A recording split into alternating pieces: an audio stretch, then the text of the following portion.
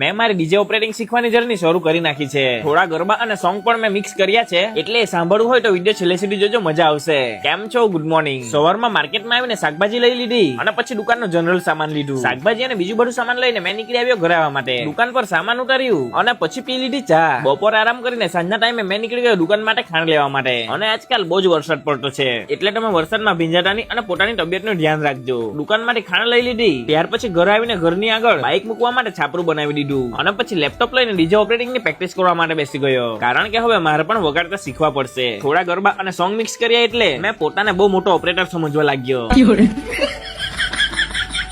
તમને પણ મેં ગરબા અને સોંગ મિક્સ કર્યા છે એ સંભળાવી દેમ.